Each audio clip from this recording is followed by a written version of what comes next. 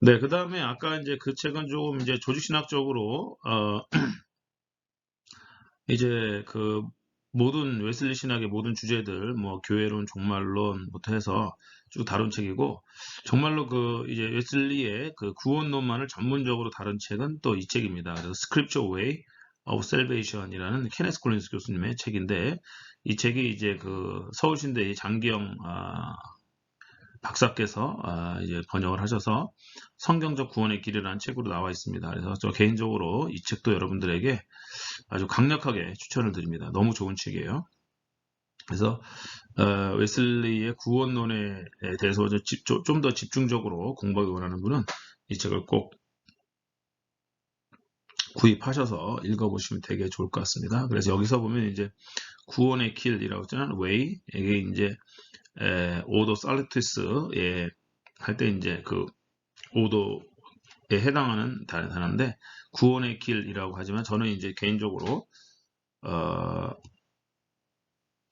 이 구원의 서정이라는 표현을 굉장히 좋아합니다. 순서와 과정이다. 구원의 순서 혹은 과정, 순서 서자의 과정 정자입니다. 그래서 구원의 서정. 그래서 이 구원의 서정을 중심으로 이번 학기 이제 강의를 제가 이제 하게 되는 것입니다. 이 책은 아까 제가 소개드렸고요.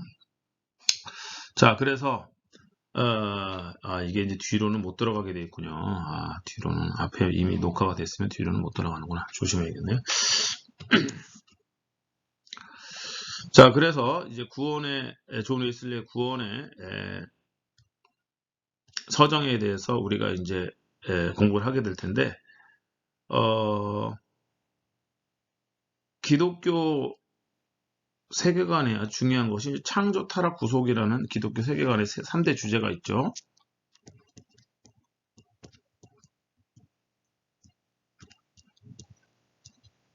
창조, 타락, 구속. 그래서 이 창조, 타락, 구속에서 일어나는 모든 이제 인간의 일, 또 하나님이 하시는 일이 어떻게 보면 구원의 서정이라고 우리가 할 수가 있습니다. 그래서 구원의 서정은 이 창조, 타락, 구속이라는 기독교 세계관의 3대 주제를 다 포괄한다 하더라도 과언이 아닙니다. 그렇기 때문에 이제 창조를 이제 먼저 살펴봐야 되겠는데 그 전에 아주 중요한 것이 뭐냐면 존 웨슬리의 은총의 개념입니다. 은총의 개념. 그래서 첫 번째 이 책의 이제 그 주제는 은총, 창조 그리고 인간의 타락. 그래서 인간의 타락에까지 오늘 다 살펴볼 수는 없고 인간의 타락의 이제 그 원인과 그 결과 그 정도까지만 살펴보도록 하겠습니다.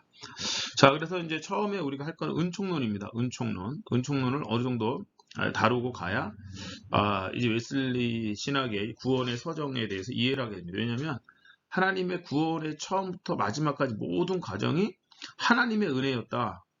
그렇게 이제 우리가 고백을 하기 때문입니다. 그래서 이걸 케네스 콜린스 교수 같은 경우는 ever present grace of God이라고 표현했죠. ever present, 항상 언제 영원토록 임재하시는 하나님의 은혜다. 영원토록 그곳에 있는 하나님의 은혜다. 영원토록 함께하는 하나님의 은혜다 하는 것입니다. 그래서 여기서 영원토록이라는 구원의 정과정 속에서 항상 언제나, 그래서 ever는 언제나 항상, 프레젠트는 임하는 그런 뜻이죠. 함께 있는. 그래서 언제나 항상 함께 있는 하나님의 은혜. 이렇게. 그래서 여기서 언제나 함께라는 것은 구원의 전 과정에서 모든 과정이 바로 하나님의 은혜다라는 것입니다. 그래서 구원의 과정 속에서 한순간도 하나님의 은혜가 아닌 적은 없다. 이제 우리가 배우겠지만 선행적 은총, 칭의의 은총, 성화의 은총, 영화의 은총. 그래서 모든 구원의 과정 속에서 하나님께서 은혜를 베푸신다. 그래서 하나님의 은혜가 아닌 순간이 없었다 하는 것을 우리가 이제 고백을 하는 것입니다. 그런 의미에서 웨슬리야말로 은총의 신학자다라고 우리가 말할 수가 있는 것입니다. 웨슬리는 은총의 신학자다. 보통 이제 칼빈주의자들이 웨슬리를 비판할 때 웨슬리는 인본주의 신학자다. 웨슬리는 하나님의 주권과 은혜를 약화시키고 구원에 있어서 인간의 역할을 너무 많이 강조하기 때문에 인본주의 신학자다라는 그러한 이제 공격을 많이 하게 되는데 이거야말로 웨슬리 신학에 대한 아주 가장 큰 오해입니다. 오해예요. 그래서 웨슬리는 오히려 칼빈보다도 더 하나님의 은총을 철저하게 의지했던 그러한 분이다 하는 것을 우리가 이해를 해야 되고, 웨슬리 신학은 그래서 처음부터 끝까지 하나님의 은혜로 시작해서 하나님의 은혜로 결론 짓는다고 해도 과언이 아닐 정도로 하나님의 은총에 기대어 있다라는 것입니다. 그래서 구원의 모든 과정 속에서 하나님의 은총이 우선적이고 하나님의 은총이 더 주도적이다 하는 것을 우리가 기억을 해야 됩니다. 그래서 웨슬리 신학의 가장 중요한 주제라고 하면 어떻게 보면 은총론이다 할 수가 있는 것이죠. 은총론. 그래서 이 하나님의 은혜, 은총을 이제 우리가 칼빈주의와 비교했을 때 어떤 측면이 있냐고 하냐면은, 이제 웨슬리 신학에서 가장 중요한 개념 중에 하나가 그리스도의 완전결입니다. 제가 웨슬리 생애할 때도 여러 번 말씀을 드렸지만은, 웨슬리는 이 땅 가운데서 인간이 모든 죄와 싸워 이기고 거룩해질 수 있다는 것을 믿었던 분입니다. 근데 칼빈주의자들은 믿지 않았거든요. 어떻게 인간이 거룩해질 수 있느냐, 완전하게 거룩해질 수 있느냐, 그럴 수 없다라고 이제 하는 것입니다. 그래서 어떻게 보면 칼빈주의자들은 인간의 죄성의 그 크기, 무게, 여기에 방점을 찍죠. 그러나 웨슬리는 인간의 죄성보다 더 크신 하나님의 은총에 방점을 찍는 것입니다. 그래서 우리가 의롭다 하심을 얻고 우리가 중생하는 것도 하나님의 은총인 것처럼, 우리가 성화되고 우리가 거룩하게 되는 것도 하나님의 은총이다. 인간의 힘으로 하는 것이 아니라 하나님의 능력이, 하나님의 은혜가 우리를 거룩한 하나님의 백성으로 이끌어 가실 것이다 하는 그 믿음이 있었던 거죠. 그러니까 그런 측면에서는 오히려 칼빈보다도 웨슬리가 더 하나님의 은총에 지금 기대어서 나아가고 있지 않은가, 우리가 이렇게 생각할 수가 있는 것입니다. 자, 그래서 인간 창조에서 성도 영화의 단계까지, 그래서 또 이게 지금 제 얼굴이 보이느라고 이게 잘 안 보이네요. 그 양심의 선물에서 성령의 은총까지, 그래서 죄의 자각에서 하나님의 이웃사랑, 모든 과정이 바로 성령의 은총이고 하나님의 은총이다 하는 것입니다. 그래서 우리 인간을 창조하신 것도 하나님의 이제 은혜죠. 그래서 창조에서 인간이 타락을 하지만 그 이후에 하나님께서 인간을 구원하시기 위해서 하시는 모든 하나님의 활동이 바로 이제 하나님의 은총이고, 그 다음에 이제 우리에게 양심을 선물로 주십니다. 이건 선의 은총에 관한 것인데, 그 다음부터 이제 그 이후에 성령께서 우리를 성령의 친절한 인도입니다. 친절한 인도.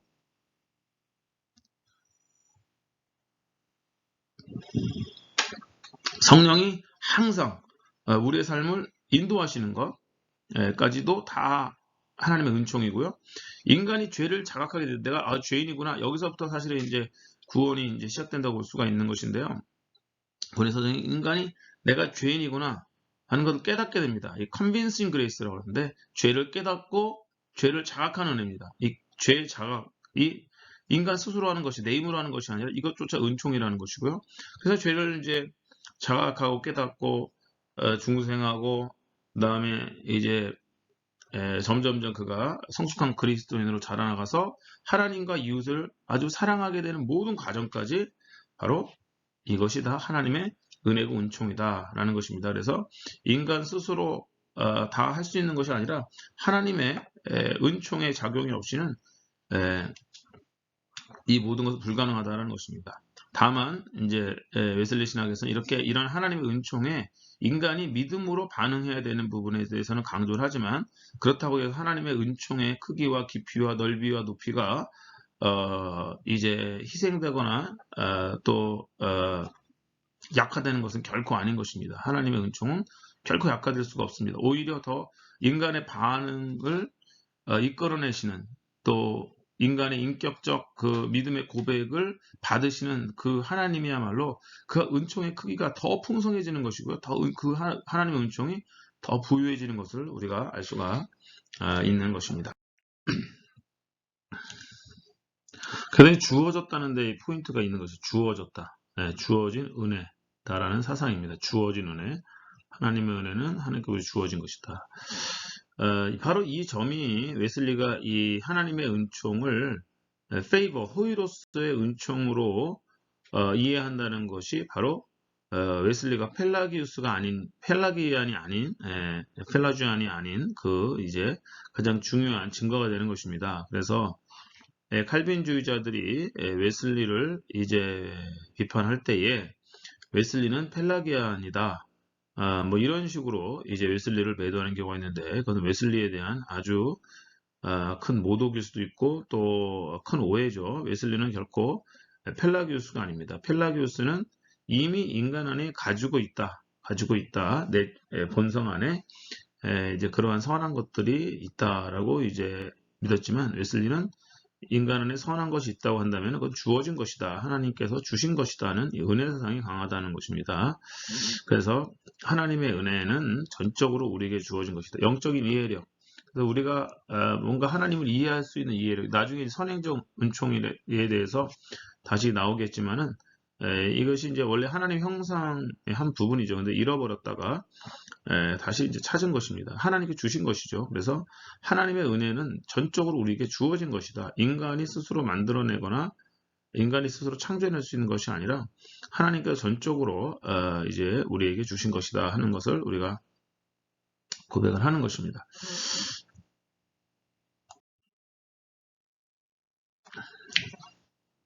그 다음에 이제 grace as empowerment가 있습니다. 아까는 grace as favor였죠. 그래서 호의로서의 은혜였다고 한다면은 지금은 이제 능력 주심으로서의 은혜입니다. 능력 주심. 그래서 간단하게 줄여서 grace as power. 능력으로서의 은혜라고도 그렇게 이제 말할 수도 있습니다. 이것은 참여하는 것입니다. 아까는 일방적으로 하나님께서 주신 것이잖아요. 이것은 하나님의 생명에 우리로 하여금 참여하게 하시는 은혜다. 그리고 하나님이 실제적으로 우리 안에 뚫고 들어오시는 거죠. 단지 호의만 베푸시는 것이 아니라 그냥 주시기만 하시는 것이 아니라 우리 안에 뚫고 들어오셔 우리를 실제적으로 변화시키시는 은혜. 이것을 바로 grace as power라고 합니다. 그래서 하나님의 생명의 능력을 받는 것, 하나님의 생명에 참여하고 하나님의 생명의 능력을 받는 거예요. 참여라는 것도 내가 참여한다는 것이 아니라 하나님 우리를 참여시켜 주시는 것이겠죠. 참여케 하시는 것이죠. 그래서 하나님의 생명을 능력을 받는 거. 그래서 이거는 참여라는 것은 수동적이지만 동시에 능동적인 표현인 것 같지만 동시에 수동적인 표현인 것입니다. 그래서 하나님이 우리를 참여케 하시는 것이죠. 신의 성품에 참여하게 하려 하심이라 참여시켜 주시는 것이죠. 우리를. 그러니까 그것도 어떻게 보면 은혜가 되는 것입니다. 그래서 하나님의 길로 행할 수 있도록 사람에게 부어진 성령의 능력, 그래서 성령의 능력을 바로 은총으로 이해했다는 것입니다. 그래서 요약하자면 은총이라는 것은 호의로서의 은총이 있고 은총은 또 능력으로서의 은총이 있다. 호의로서의 은총은 인간에 대한 하나님의 호의, 외적으로 주시는 것이죠. 그 다음에 이제 그레이스 에즈 파워는 인간의 참여와 갱신을 요구한다는 것입니다. 자, 그래서 이러한 존 웨슬리의 은총에 대한 이해, 그레이스 에즈 페이버, 호의로서의 은총, 그레이스 에즈 파워, 능력으로서의 은총이 어떻게 보면은 바울복음의 세관점 학파의 은총론과도 아주 많이 닮아 있는 것을 우리가 볼 수가 있습니다. 특별히 제임스 디지선 같은 경우는 은총론을 이야기하면서 그가 이제 로마서를 다시 한번 이제 면밀히 관찰했더니 로마서에는 이 은총을 호의로서만 해석하는 것이 아니라 하나님의 능력으로서도 하나님의 은총을 해석하더라. 그래서 이제 그레이스 파워, 능력으로서의 은총에 대한 새로운 강조를 많이 하는 것이고, 그래서 이제 우리가 하나님의 그 은혜에 참여하고 순종하고 그 은혜에 머무르고 하는 그런 모든 과정들이 하나님의 은혜다. 또 이것 또한 우리에게 필요한 것이다는 것을 이제 이제 바울복음 세관점 학파가 아주 강조하게 되는데, 웨슬리는 이미 18세기에 이 은총을 하나님의 호의로서의 은총, 능력으로서의 은총을 이야기하면서 이 은총론의 이제 균형을 잡아간 것이죠. 그래서 나중에 이제 칭의론에 나오겠지만은 우리를 의롭다 하시는 칭의는 바로 이 호의로서의 은총입니다. 그러나 우리를 성화시켜 나가는 것은 바로 우리의 참여를 요구하시는, 우리의 순종과 우리의 반응을 요구하시는 하나님의 능력으로서의 은총이 되는 것이죠. 그래서 칭의와 성화가 웨슬리에게 균형이 잡을 수 있었던 것은 바로 이렇게 은총론에 있어서 웨슬리가 균형 잡힌 은총론을 이제 강조하기 때문이다라는 것입니다.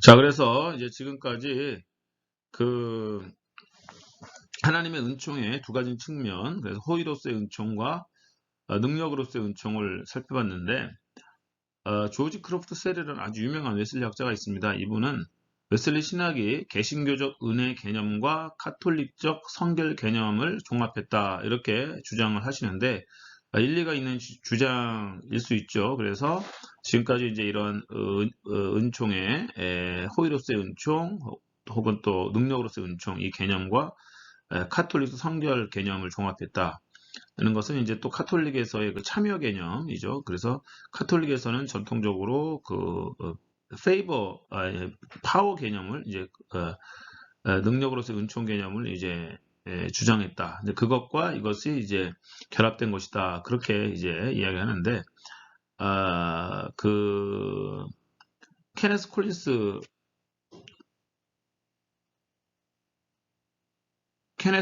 교수 같은 경우는 이게 이제 두 가지 개신교와 카톨릭이 결합된 것이 아니라 은총의 개념 안에서 웨슬리는 호의와 참여를 강조한 것이다. 그렇게 이제 주장을 합니다. 저도 여기에 동의를 합니다. 그래서 웨슬리가 이제 개신교적인 그 개념과 카톨릭적 개념을 뭐 했다고 하는 것도 이제 틀린 말은 아니지만 좀 더 정확하게 이제 그 은총 개념을 정확하게 이야기한다고 한다면은 이제 은총 개념 안에서 하나님의 호의와 참여를 은총의 호의 아니 은총으로서의 호의로서의 은총과 참여로서의 은총을 강조한 것이다. 그래서 웨슬리에게서 하나님의 은혜 혹은 은총이라는 것은 하나님께서 풍성한 호의를 베푸셔서 죄인을 의롭다고 선언하시는 것만이 아니라 이게 뭐죠?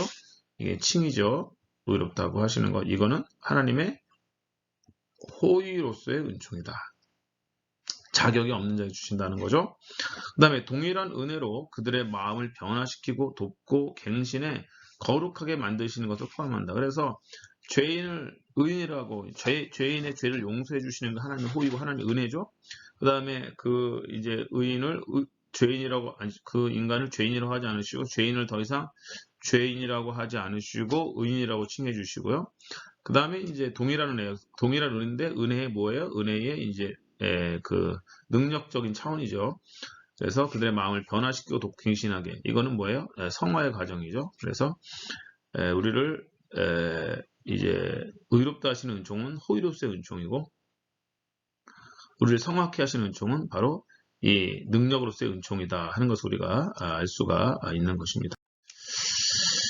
자, 지금까지 이제 은총론. 그래서 그 웨슬리의 구원의 모든 서적에서는 하나님의 은총이 아니고서는 설명될 수 없다라는 것이고요. 그래서 모든 순간순간에 하나님의 은총의 작용이 있었다라는 것을 이야기를 하는 것이고요.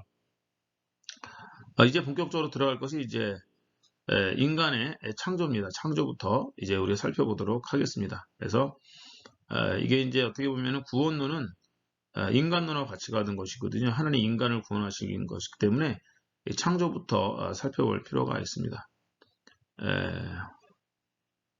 자, 한번 제가 질문을 해보겠습니다. 하나님의 인간 창조는 하나님의 은총의 그 능력으로서의 은총의 작용일까요? 아니면 호의로서의 은총의 작용일까요? 네, 벌써 눈치가 빠르신 분들은 써 있잖아요. 하나님의 호의로서의 인간 창조. 그러니까 호의로서의 은총입니다.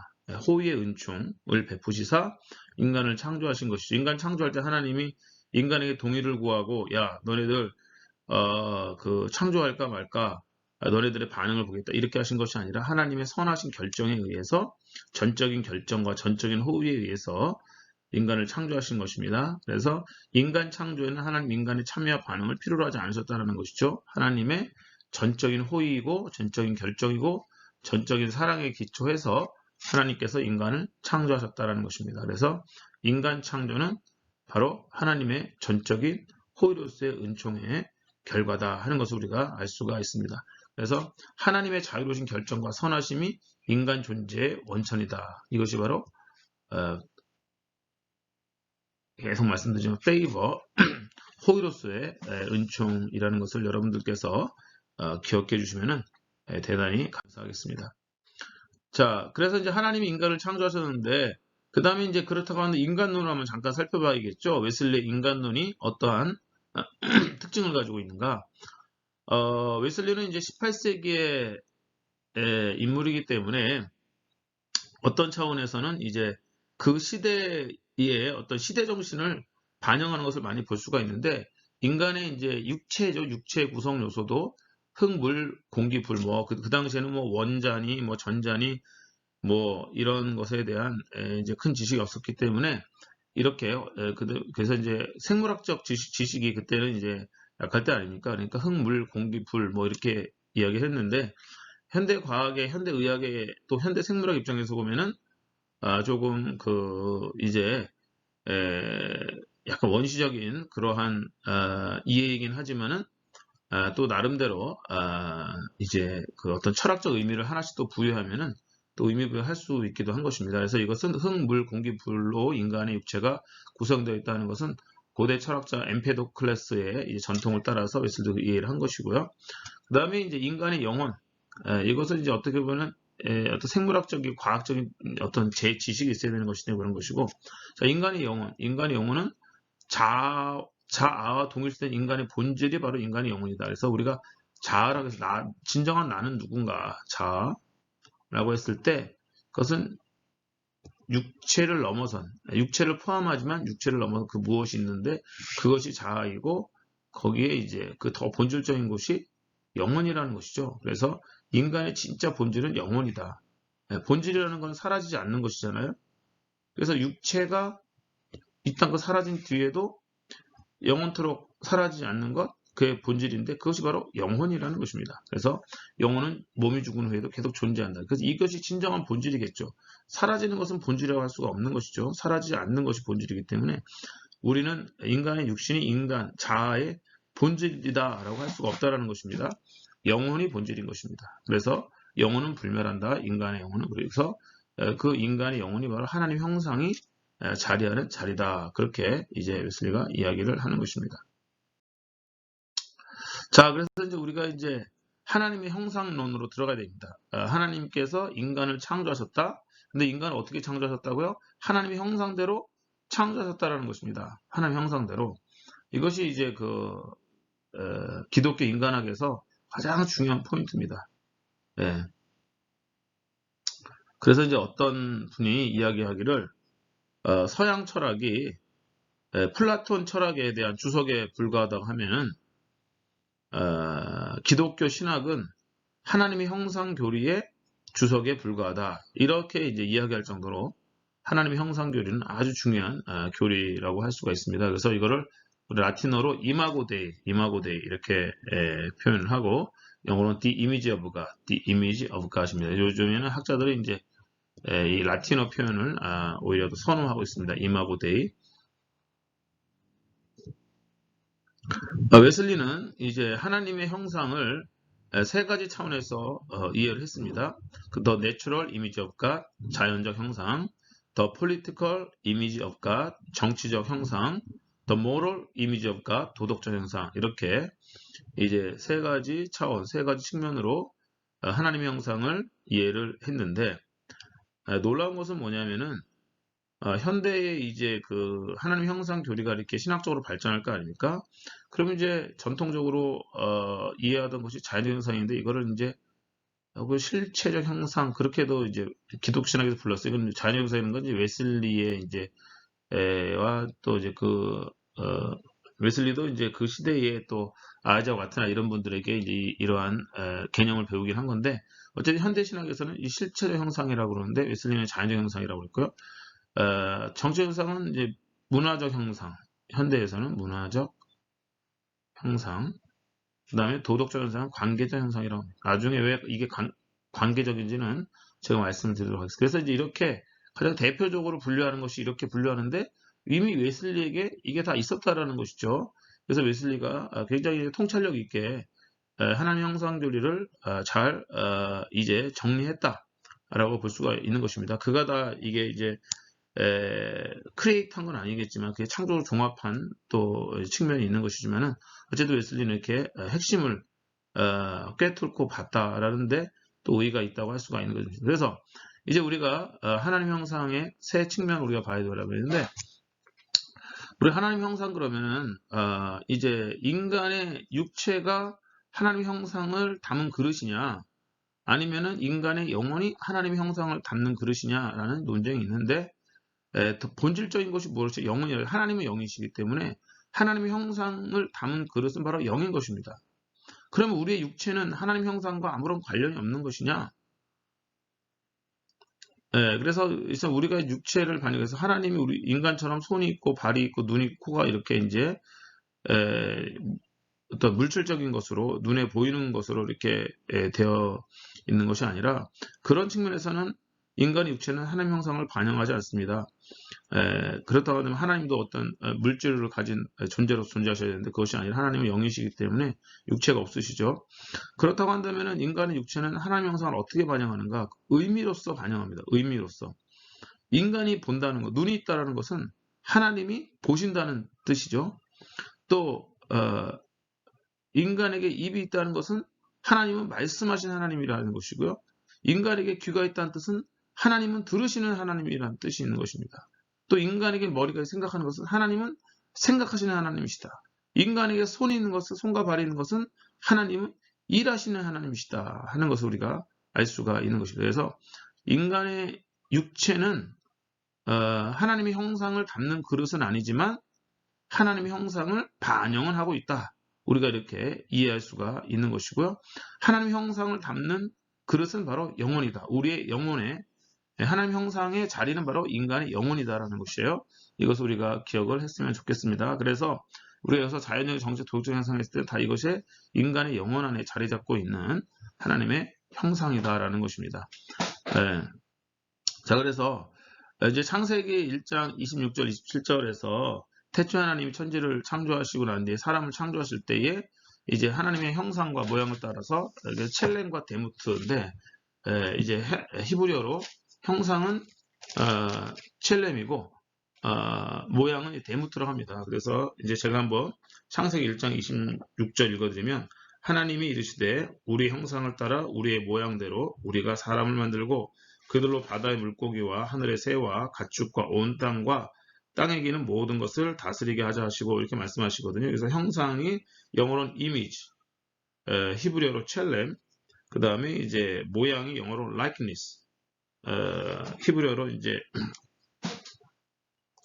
데무트인데, 이 형상과 이 모양을 이제 전통적으로 이제 분리한 학자들도 있어요. 그러나 웨슬리는 이제 히브리적 그 문학적 표현이라고 보는 것이죠. 히브리어에서는 같은 그 실체를 반복해서 다른 단어로 표현하는 이제 일들이 굉장히 많거든요. 그래서 이 형상과 모양은 한 가지 실체에 대한 두 가지 표현이다. 그렇게 이제 이해를 하고 있습니다. 그래서 형상과 모양을 그렇게 이제 신학적으로 웨슬리는 이제 구분하지는 않았습니다. 자, 그래서 이 모양이라는 하나님의 우리의 모양, 우리의 형상과 우리의 모양대로는, 그래서 모양이 형상이라는 그 단어에 흡수되어서 해석이 되어도 큰 무리가 없다라는 것을 일단 여러분들이 전제해 두시고요. 자, 그래서 이제 그 세 가지 이미지 중에 첫 번째 자연적 형상에 대해서 한번 살펴보도록 하겠습니다. The natural image of God. 자, 그래서 이제 하나님의 자연적 형상, 얘는 또 세 가지 구성 요소가 있습니다. 대표적으로 첫 번째가 이제 understanding, 두 번째가 will, 세 번째가 liberty입니다. 일단 여러분들이 영어로 한번 이해해 두셨으면 좋겠습니다. 그래서 understanding은 이제 우리가 보통 이해력, 판단력, 이해력으로 많이 번역을 하는데, 철학에서는 칸트 같은 경우는 이걸 오성이라고, 인간 오성, 뭐 이렇게 인간 오성론도 있고 한데, 어쨌든 칸트는 이걸 오성이라고 했습니다. 그래서 오성과 이성은 조금 이제 다른 차원이 있어요. 그래서 이제 오성에서 판단력을 가지고 사물을 받아들인 것을 이성이 종합하는 이제 그러한 작업을 하는 것인데, 어쨌든 우리는 여기서 이제 웨슬리는 이 철학적으로 오성과 이성을 뭐 이렇게 체계화시킨 것은 아니기 때문에 우리가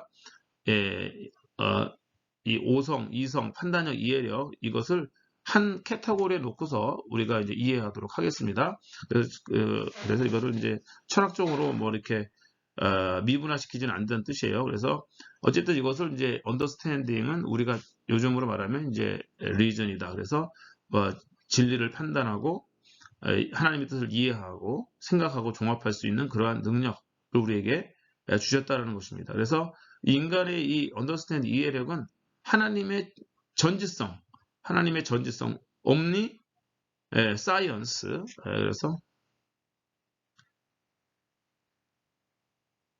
옴니사이언스에 대한 반영이다라고 우리가 할 수가 있는 것입니다. 그래서 하나님의 전지성에 대한 반영. 그래서 하나님의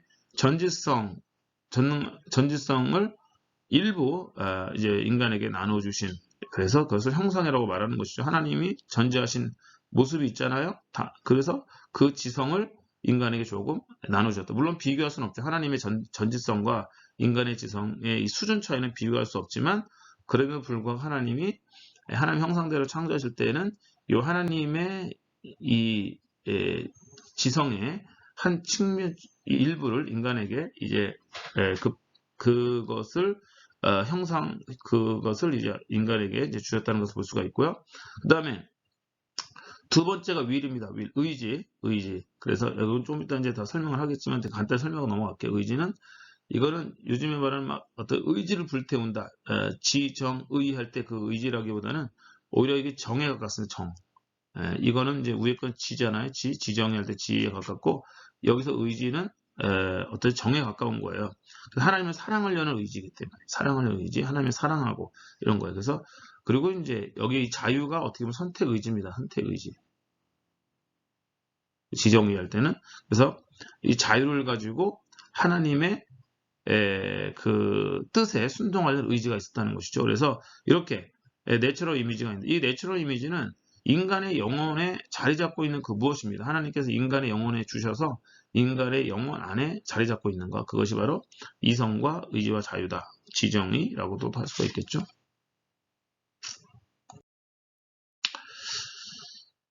자, 그래서 여기서 이제 조금 더 제가 이 자연적 형상에 대해서 좀 더 자세하게 설명을 하도록 하겠습니다. 그래서 인간의 영혼 안에 하나님이 주입시켜 주셔서 인간의 영혼에 자리 잡고 있는 하나님의 형상을 바로 우리는 자연적 형상이다. 자리 잡고 있는 거예요. 자리 잡고 있는 거다. 이게 왜 중요하냐면 나중에 이제 도덕적 형상 같은 경우는 자리 잡고 있는 것이 아닙니다. 하나님의 관계가 깨지면은 아예 없는 거예요. 없는 거다. 그렇죠? 자리 잡고 있는 것이 아니에요. 사랑이라는 어떤 뭐 인격적 관계가 완전히 단절되면은 그건 더 이상 어떤 존재 여부가 의심되는 거 아닙니까?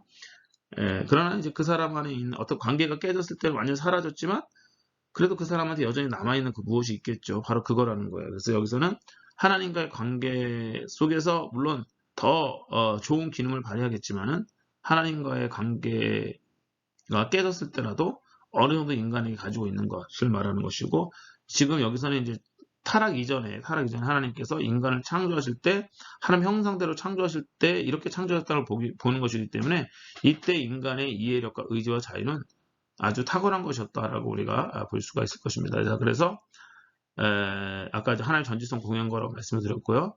그래서 이 이해력과 이성을 가지고 인간은 뭐냐 인식하고 그 사물을 인식하는 능력이 있어야겠죠. 선악을 판단하고 거짓과 진실을 분별하는 능력 이것이 바로 이해력이 하는 일이다. understanding 혹은 reason이 하는 일이라는 것입니다. 그리고 자연 계시에 대해서 이해할 수가 있는 것이 하나님께서 자연 만물 가운데 당신의 선하심과 영광을 능력을 드러내 주셨는데 인간의 이해력이 없다고 한다면 그것을 보고서 파악할 수가 없는 것이죠.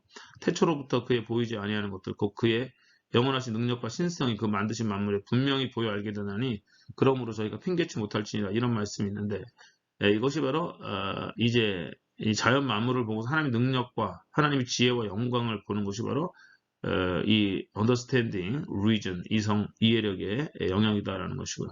자, 그 다음에 두 번째 의지. 하나님의 의지가 있으신 분이죠. 어떤 의지가 있습니까? 사랑하는 의지가 있으신 분이죠.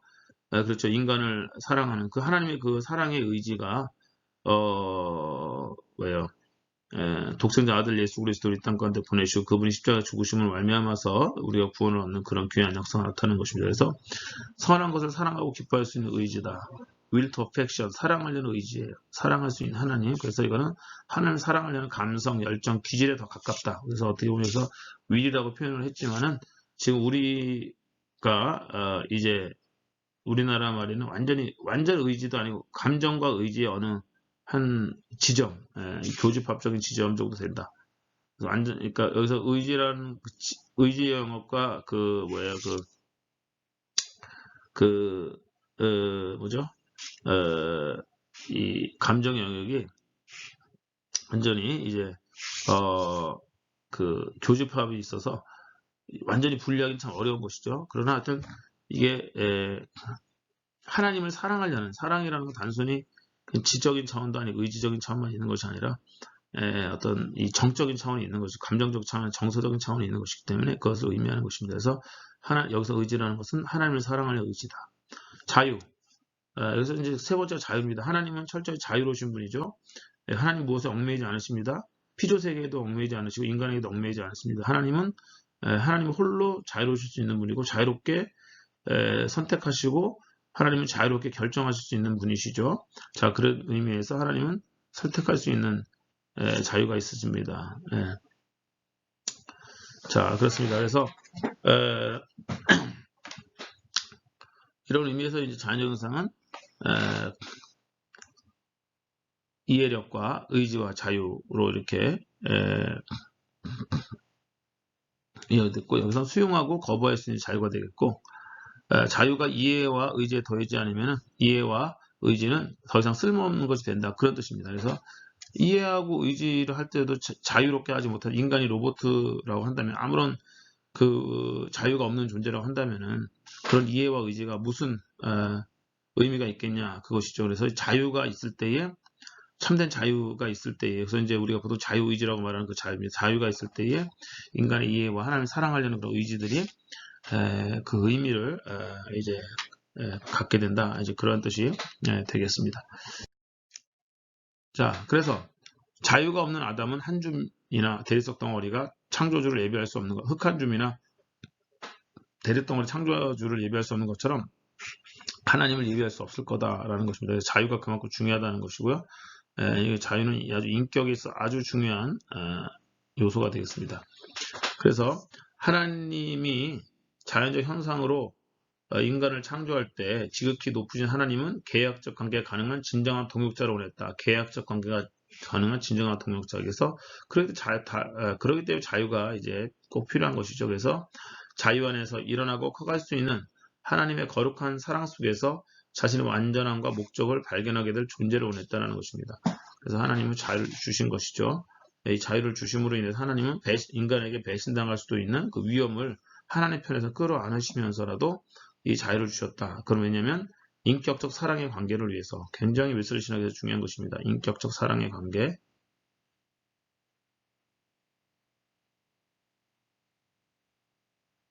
강제하거나 역사를 잡아서 이제 강압적인 그러한 그것으로 인간을 굴종시키는 하나님이 아니라 인간의 자유의지에 의해서 기쁜 마음으로 즐거운 마음으로 하나님의 말씀에 자발적으로 순종할 수 있는 존재.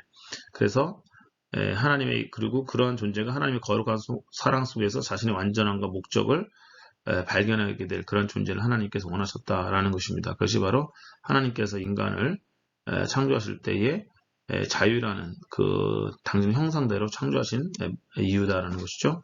그래서 선과 목적한 바를 선택할 수 있는 도덕적이며 영적인 자유를 인간이 허락하셨다는 것입니다.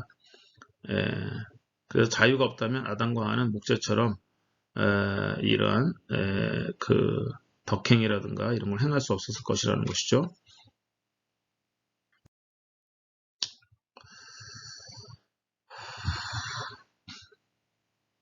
자, 그래서 이 자유라는 것을 좀 자유를 계속 얘기하고 왜냐하면 굉장히 웨슬리 신학에서 굉장히 중요한 주제이기 때문에 그런 것입니다. 그래서 사랑과 행복 속에 생겼지만 동시에 하나님의 진리와 선언을 벗어나 오용될 수 있었다. 그래서 이 자유라는 것은 정말로 이 사랑과 행복을 속에서 혹은 사랑과 행복을 위해서 생겨난 것이 이 자유를 가지고 하나님 사랑해라. 이 자유를 가지고 하나님 사랑함으로 너 더 복되게 살아라 하는 그러한 차원에서 하나님께 자유를 주셨는데 이것이 오용될 수 있는 자유이기 때문에 오용될 수 있는 그런 위험성이 내포되어 있었다는 것입니다. 참된 자유는 위험해질 수 있는 것이죠. 그래서 인간은 선택의 순간에 만물 안에서 하나님을 선택해만 했다. 그래서 그 자유를 가지고 선택할 순간에 하나님을 선택했어야 되는데 하나님을 선택하지 않았다. 이것이 이제 인간의 어떤 죄의 기원이라고도 할 수 있겠죠. 소결론은 자연현상에 대해 이것이 은총에 기초한 능력이다. 이것이 이제 결론입니다. 그래서 이러한 이해력을 주시고 의지를 주시고 자유를 주셔서 그렇게 하나님 형상대로 인간을 창조하신 하나님의 은총이다라는 것입니다. 인간이 본래 가지고 있었던 것이 아니라 인간 스스로 하나님의 은총이다라는 것이죠.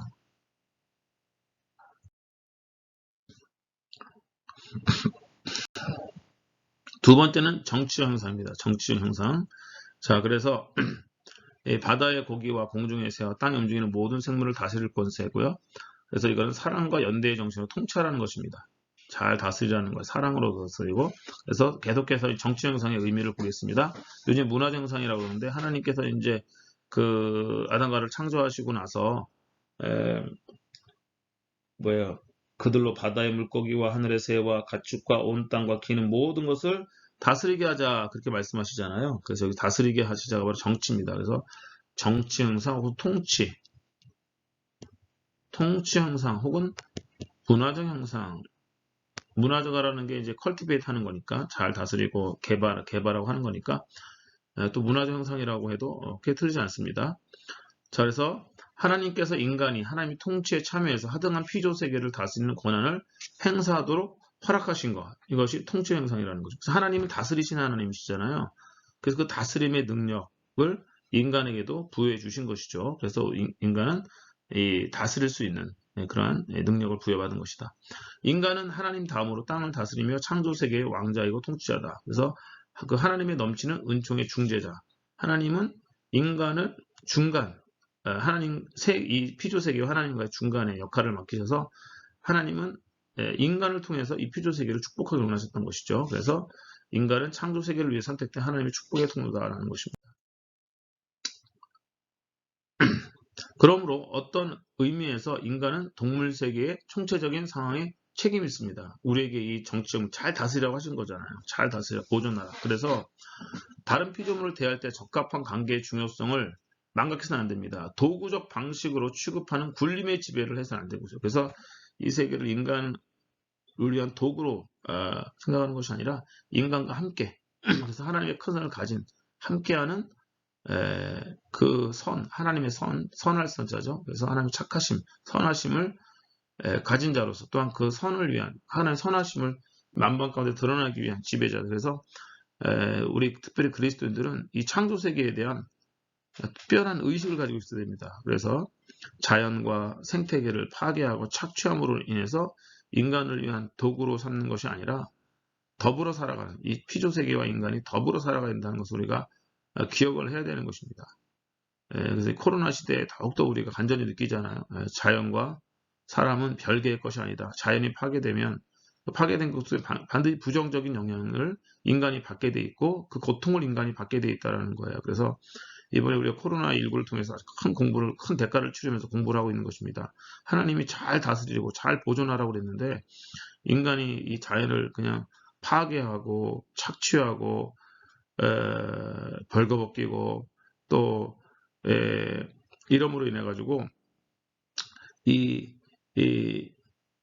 자연을 황폐화시킨 것이죠. 황폐화시키고 함으로 인해 가지고 인간이 어떻게 보면 거기에 대한 지금 대가를 치르고 있는 것이다 할 수 있기 때문에 인간은 자연을 잘 다스리고 자연을 통치하고 잘 보존해서 인간과 자연이 잘 공존하고 연대할 수 있는 그런 세상을 만들어야 된다는 것입니다.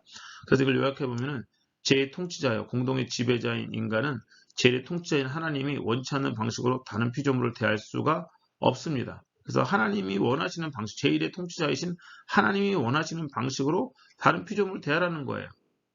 피조물에 대한 지배는 일방적인 지배가 아니라 함께하는 지배다라는 것을 우리가 기억을 해야 될 줄로 믿습니다. 또 보면은 낙원에서 하나님의 축복이 인간을 통해 다른 피조물에게 흘러갔고 인간을 통해 이것이 바로 정치적 형상의 핵심입니다.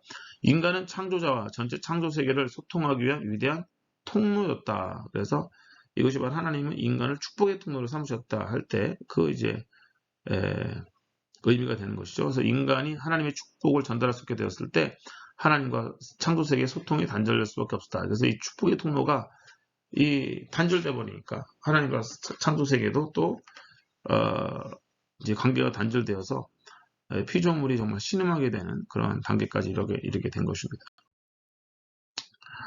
자, 마지막으로 이제 도덕적 형상입니다. 도덕적 형상. 그래서 이제 하나님의 그 형상이라고 했을 때는 자연적 형상, 정치 형상, 도덕적 형상이 있는데 어떻게 보면 이 도덕적 형상이 가장 중요한 것입니다. 그리고 이 도덕적 형상은 이제 특별히 에베소 4장 22절 하나님을 따라 의, 그래서 의로 righteousness입니다.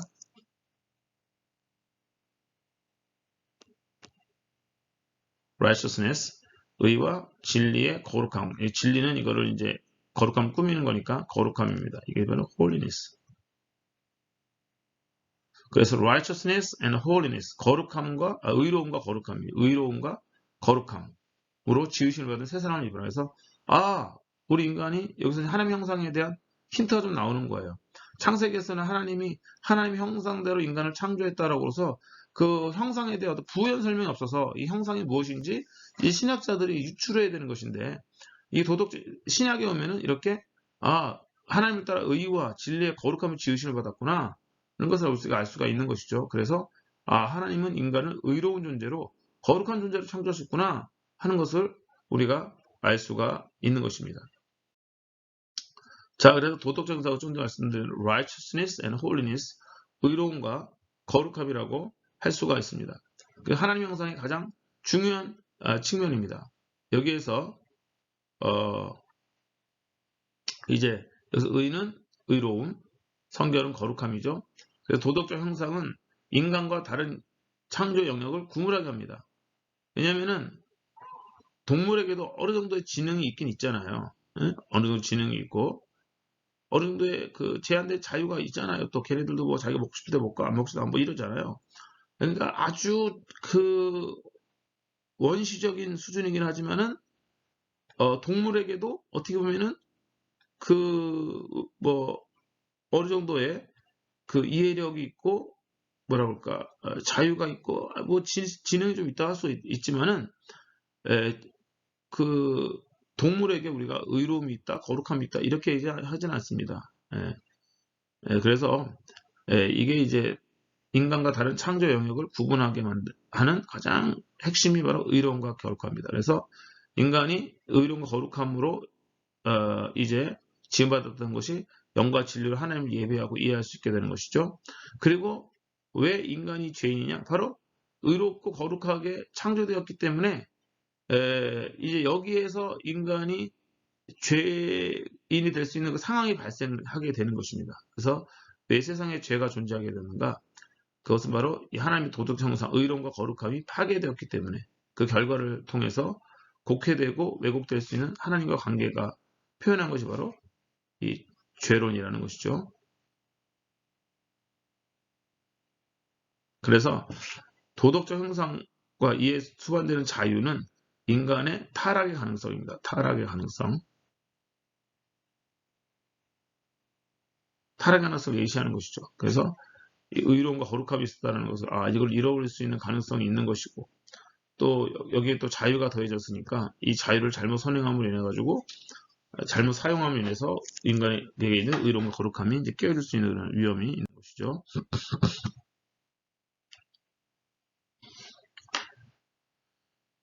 그리고 하나님의 도덕적 형상은 이 도덕법과 아주 밀접한 연관관계가 있습니다. 도덕법, 도덕법이 굉장히 중요한 것인데 기독교 신학에서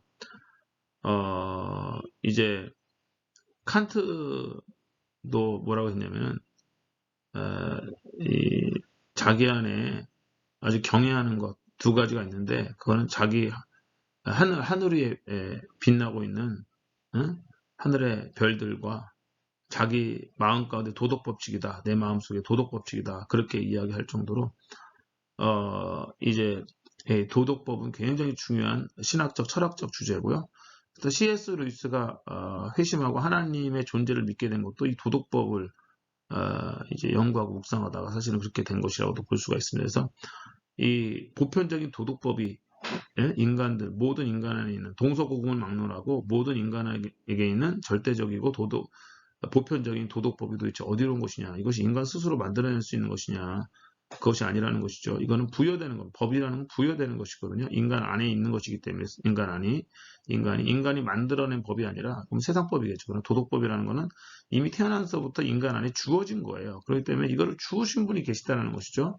자, 그래서 이제 도덕법이 굉장히 기독신학에서 중요한 것이다. 그리고 신존재 증명할 때도 도덕적 논증이 있잖아요. 도덕적 논증. 제가 좀 얘기했던 그 인간 안에 있는 절대적이고 보편적인 도덕이 있는 걸 봐서 이 도덕에 제정자가 있을 것이다 하는 것을 우리가 알 수 있는 것이죠. 근데 도덕법이라는 것은 율법과 구분이 돼야 됩니다. 도덕법을 우리가 보통 모럴로라고 하고요. 모럴로라고 하는데 이것은 우리가 보통 더 로라고 표현하는 이 구약의 율법과는 조금 구별할 필요가 있다. 무슨 구약의 율법이 도덕법을 포함하죠. 그럼 모든 도덕법이 다 구약의 그 율법은 아닌 것입니다. 무슨 말이냐면 구약 율법에는 제사법도 있고 의식법, 기타 등등 뭐 여러 가지 이제 법들이 있잖아요.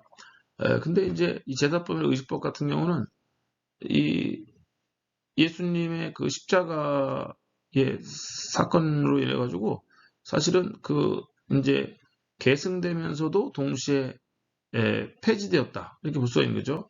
그래서 제사의 그 정신은 예수님 십자가에서 계승이 되었지만 그 형식은 폐지가 된 것이잖아요. 주님이 단번에 영원히 우리의 제물이 되어 주심으로 인해 가지고.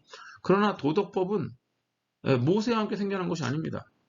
도덕법은 영원한 거예요. 이 도덕법은 그 본질상 영원할 수밖에 없습니다. 왜냐하면 도덕법이라는 건 영원히 거하는 높고 거룩한 법, 자기 표현이기 때문에 하나님이 자기 표현이에요. 그러니까 하나님이 계시다고 한다면 하나님의 법도 동시에 존재하는 것이죠. 예. 하나님이 계시는데 하나님의 법이 존재하지 않아 이럴 수는 없는 거예요. 그렇죠? 그래서 하나님이 영원하신 것처럼 도덕법도 영원한 거라는 거예요. 예. 언제 생겼냐 이렇게 말할 수 없어요. 하나님이 영원하시기 때문에 하나님의 자기 표현인 도덕법도 영원한 것이다 라는 것입니다. 이것이 이제 인간에게 계시가 되어서 인간의 언어로 언제 기록되었냐는 것은 이제 또 다른 문제겠지만 이 도덕법 자체는 영원한 것이다라는 것이고요. 그래서 영원한 정신, 영원한 여기 하나님이죠. 하나님의 영원한 정신의 자기 표현, 신성의 드러남이다라는 것. 그래서 의와 거룩함이 하나님의 도덕법의 제일 특징이다 볼 수 있는 것입니다. 그래서 도덕법은 하나님과 인간의 온전한 관계를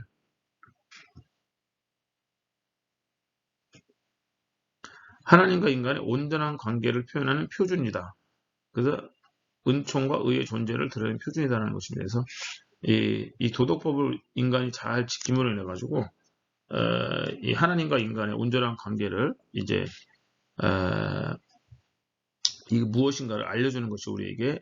그래서 하나님은 그 당신의 이 도덕 형상을 따라서 우리 인간을 창조하심을 해가지고 바로 이 하나님의 형상, 특별히 이 도덕 형상을 우리가 잘 반영해 나갈 때 그것이 이 온전한 관계의 표준이기 때문에 하나님과 인간의 아름다운 관계가 계속 유지가 될 수가 있는 것이죠.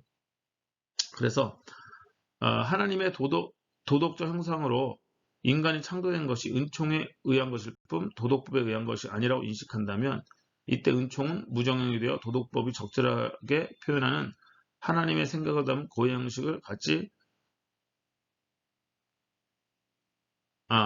못하게 된다라는 것입니다. 그래서 이게 이제 인간이 도덕에서 창조된 것이 이게 도덕법과 전혀 상관이 없다. 은총에만 도덕법이라는 건 없다. 그러니까 은총만 있고 법은 없는 거예요. 그러니까 사랑만 있고 공의는 없다. 이게 말이 안 되죠. 그래서 은총은 무정형이 된다. 은총이 도대체 어떻게 하나님의 은총이 나타나느냐. 그래서 하나님의 은총은 이 법을 통해서 나타난다는 것입니다. 법을 통해서.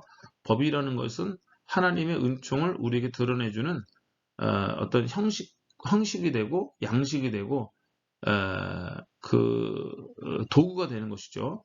도구가 된다. 그래서 어떤 형식을 통해서 하나님이 도덕법이라는 걸 통해서 당신의 은총을 우리에게 전달해 주신다는 것입니다. 그래서 은총은 언제나 규범화되다. 규범화됐다는 건 약간 부정적인데 기준과 원칙과 방법이 있는 거라는 겁니다. 하나님은 그 도덕법이라는 걸 통해서 은총을 드러내신다. 그래서 하나님이 당신의 사랑을 드러내실 때 공의를 통해서 드러내신 것과 비슷한 원리다라고 볼 수가 있습니다.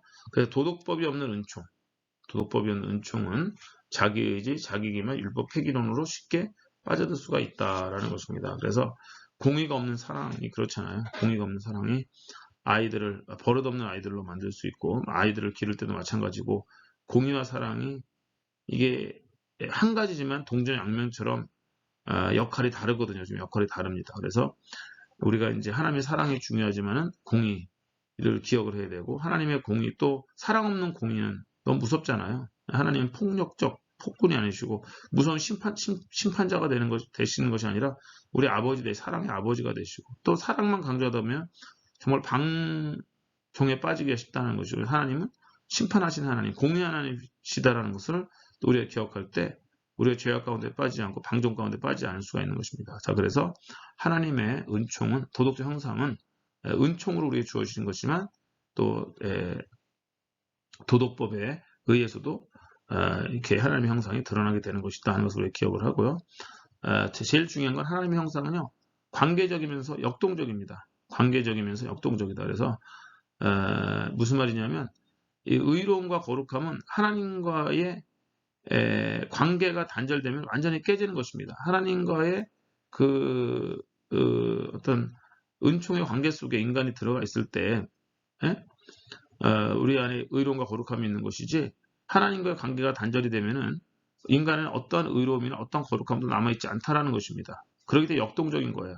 아까 자연적 형상은 인간의 영혼에 자리 잡고 있는 거라고 그랬잖아요. 어느 정도는. 그러나 도덕적 형상은 하나님과 관계가 깨지면은 인간은 어떠한 의로움이나 어떠한 거룩함도 없다.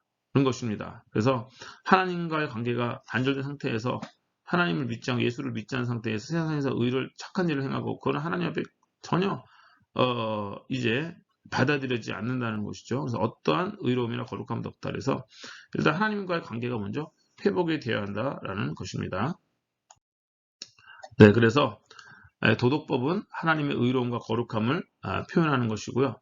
도덕법은 거룩함을 엮어내어주는 그러한 이제 기능을 한다는 것입니다. 그래서 잘 엮어내주는 거룩함이라는 것이 도덕법을 통해서 정리가 되어주고 표현이 되어주고 거룩함이 도대체 뭐냐? 너무 막연하잖아요. 도덕법을 통해서 하나님의 거룩하심 이런 것이구나 하는 것을 우리가 알게 된다는 것입니다. 그래서 도덕법은 이제 대표적으로 뭐가 도덕법이냐? 그럼 구약은 십계명을 통해서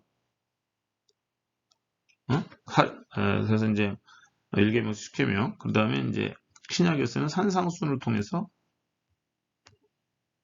하나님의 도덕법이 드러났다. 그렇게 웨슬리는 믿습니다. 그래서 10계명 하나하나 다 보면은 그게 하나님의 거룩함을 표현하는 것이죠. 하나님은 거룩하신 것이다. 그러고 구체적인 도덕법이 주어지지 않으면 인간이 도대체 뭐가 거룩하다는 건가 모르잖아요. 이게 도덕법을 통해서 하나님이 표현하시는 거예요. 구체적으로. 또 산상수훈을 통해서. 그래서 이 10계명이나 산상수훈은 이제 이 십계명 자체는 모세에게 주어졌지만 그 도덕법으로서의 십계명은 영원한 것이고요. 산상수훈은 예수님에 의해서 우리에게 주어졌지만은 이 또 도덕법으로 산상수훈은 영원한 것이다라는 것입니다. 그래서 하나님과 인간의 어떤 건강한 관계를 엮어내는 것이 바로 도덕법이다라고 볼 수가 있는 것입니다. 자, 그래서 오늘은 이제 존 웨슬리의 구원의 서정 중에서 하나님의 은총론 살펴봤고요. 그래서 웨슬리는 은총의 신학자다. 구원의 모든 과정 속에서 하나님의 은총이 아닌 적이 없었다 하는 것을 우리가 기억을 해야 되고, 은총론은 호의로서의 은총과 능력으로서의 은총이 있다. 하나님이 인간을 창조하신 것은, 그리고 또 인간을 의롭다 하신 것은 어떻게 보면 호의로서의 창조죠. 그 다음에 인간에게 성령을 부어주셔서 성령의 능력과 은혜로서 우리가 살아서 더욱더 거룩한 삶을 사는 것, 성숙한 삶을 사는 것, 이것은 바로 하나님의 능력으로서의 은총이다. 그래서 하나님은 우리를 의롭다고 칭해 주실 뿐만 아니라 그냥 이름을 붙여주신 거죠. 죄를 용서하실 뿐만 아니라 실제적으로 우리 속에 꿰뚫고 들어오셔서 우리를 거룩히 하시는 하나님이시다 하는 것을 우리가 기억을 해야 되고요. 그래서 이제 모든 것이 하나님의 은총이다. 인간 창조부터 영화에 이르는 단계까지 모든 과정마다 하나님의 은총이 아닌 적이 없다 하는 것입니다. 자, 그래서 이제 그 다음에 이제 인간의 창조가 들어가는데 하나님 인간을 창조하는데 하나님 형상대로 창조하셨다. 근데 그 하나님의 형상이 도대체 의미하는 바가 무엇이냐? 웨슬리는 세 가지로 구분했다. 세 가지 측면에서 하나님 형상을 이해했다라는 것입니다. 자연적 형상, 정치적 형상, 그 다음에 도덕적 형상, 그 내용은 쭉 말씀을 드렸고요.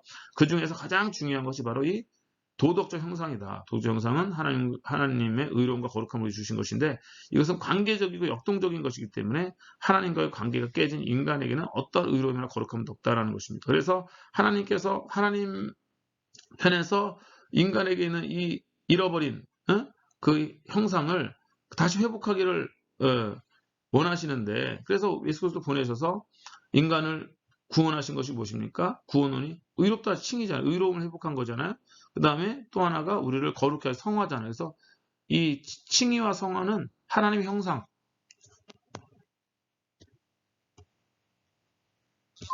하나님의 형상의 회복이다 말하더라도 과언이 아닙니다. 그래서 기독교 구원론은 어떻게 보면은 하나님의 형상의 회복이 잃어버린 하나님의 형상을 다시 회복하는 것. 그래서 예수를 통해서 우리 안에 잃어버렸던 의로움과 거룩함을 회복하는 사건, 그 의로움을 회복하는 사건은 우리가 칭이라고 부르고 거룩함을 회복하는 사건을 우리 성화라고 부르는 것입니다. 그래서 칭의와 성화가 기독교 구원론의 어떤 두 기둥이 되는 것은 양대 축이 되는 것은 바로 의로움과 거룩함이 하나님의 형상이었기 때문이고 우리가 그렇게 지음받은 존재였기 때문이라는 것입니다. 그래서 우리가 구원받는다는 것은 다르게 표현하면은 잃어버린 하나님의 의로우신 형상과 거룩하신 형상을 우리 안에 회복하는 것이다 라고도 말할 수가 있다라는 것입니다.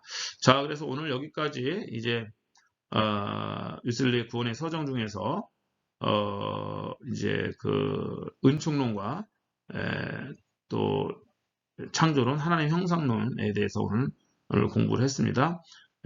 이제 다음 주에는 이러한 하나님 형상을 가진 존재들이 어떻게 타락하게 되었나, 타락과 또 원죄, 또 시간이 되면은 선행 은총에 관해서도 한번 살펴보도록 하겠습니다. 여러분들 교재의 그 이후 부분을 다음 주까지 꼭 읽어오시면 대단히 감사하겠습니다. 네, 오늘도 수고 많으셨습니다. 그럼 한 주간도 건강하고 복되게 지내시기를 바라겠습니다. 네, 감사합니다. 안녕히 계세요.